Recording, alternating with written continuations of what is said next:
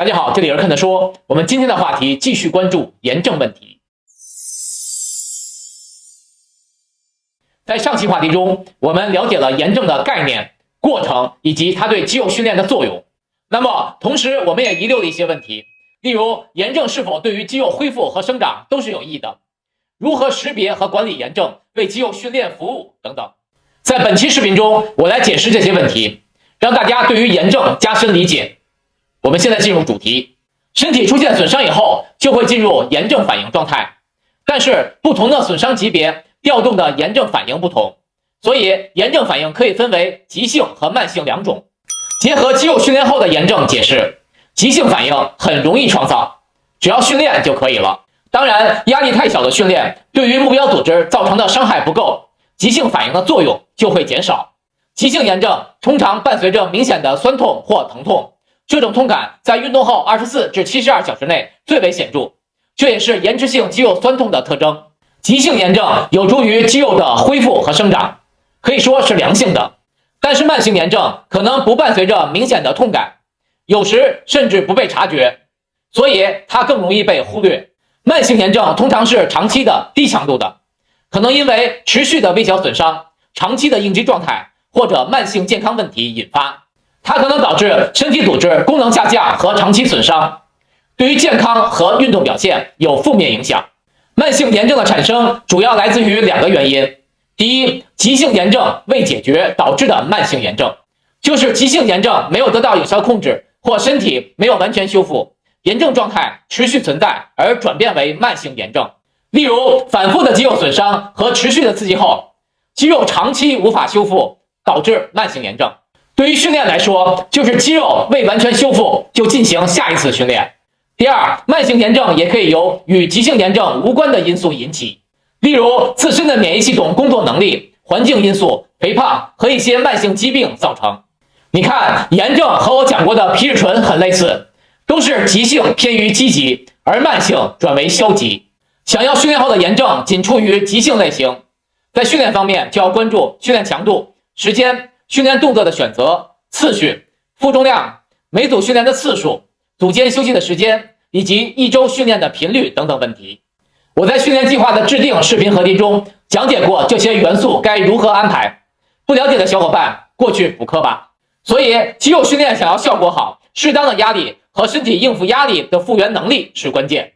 回到炎症话题，如何知道自己是否处于慢性炎症状态？我来列举几种现象，如果出现以下症状，就要留意是否存在问题了。第一，持续的疲劳感和缺乏精力。不同于急性炎症引发的暂时疲劳，这种疲劳感更为持久和严重，是一种深层次的不易恢复的精力不足，即使经过长时间的休息和睡眠也难以缓解。体现在训练效果方面，刨除饮食安排不当的原因，主要表现就是长期没有进步或者进步很慢。例如肌肉力量和体积总是不增不减，或者训练的积极性不高。造成身体疲劳的原因是慢性炎症会导致炎症性细胞因子，例如肿瘤坏死因子阿尔法和白细胞介素6的水平升高。这些细胞因子能够穿越血党屏障，影响大脑中负责调节疲劳和精力的区域，导致疲劳感加剧。同时，慢性炎症影响细胞的能量代谢，减少能量的生产和利用。最后，慢性炎症导致睡眠质量下降，包括睡眠中断、睡眠深度不足，进而加剧疲劳感。第二，持续的或者消失的疼痛。持续的疼痛很好理解，因为身体始终没有完全修复，炎症一直存在于受损部位，只是疼痛的感受降低而已。我来解释消失的疼痛。我们都知道，正常的延迟性肌肉酸痛会持续24至72小时左右，但是慢性炎症的疼痛感或者不出现，或者持续更长的时间。例如，你训练完胸肌，在未来的3天中有胸肌的酸痛感，如果在这3天中你再训练一次胸肌，可能酸痛感反而消失了。这代表你的肌肉修复完毕了吗？当然不是，这很可能是你用增加的训练将胸肌内的急性炎症转为了慢性炎症。慢性炎症会导致神经系统对疼痛的感知发生适应，身体对持续的低级炎症刺激变得更加麻木，减少了对疼痛的敏感性。慢性炎症期间，身体产生的炎症介质不能有效的激活神经末梢，产生疼痛感，而且你的疼痛阈值，也就是疼痛忍耐值也会提高。第三，也是大多数人不知道或者忽略的部分，就是慢性炎症会带来情绪波动，特别是产生抑郁和焦虑。慢性炎症会引发神经炎症，这是大脑内部的炎症反应。神经炎症可能损伤神经细胞，影响血清素、多巴胺以及去甲肾上腺素的产生和释放，这些都是调节情绪、睡眠和压力反应的关键化学物质，可以直接干扰大脑的功能，导致情绪波动和认知能力下降。最后就是慢性炎症还会造成身体的应激反应系统皮质醇的持续高水平，可见慢性炎症特别影响健康和运动效果，搞得人身心疲惫。那么化解慢性炎症成为需要解决的问题，我将在下期视频中向大家介绍，敬请关注。好，我们来总结一下今天的话题。训练后身体将进入炎症反应阶段，